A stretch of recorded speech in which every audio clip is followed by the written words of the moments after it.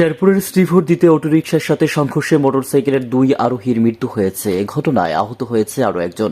শুক্রবার বিকেলে উপজেলার ঘুষাইঘাট এলাকায় এই দুর্ঘটনা ঘটে। নিহতের পরিবার ও স্থানীয় সূত্রে খবর, ফয়সাল, হৃদয় সহ 6 বন্ধু মিলে 3 মোটরসাইকেল যুগে শ্রীভূর্দির কুড়িকাহানিয়া গ্রাম থেকে জামালপুরের বক্সিগঞ্জে যাওয়ার পথে ঘুষাইপুর এলাকায় এই দুর্ঘটনা ঘটে।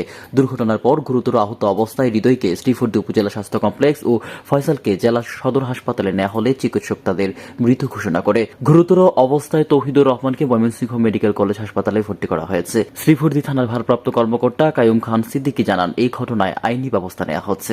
শেরপুর থেকে শামসুল হকের রিপোর্ট, আমার বার্তা ডিজিটাল।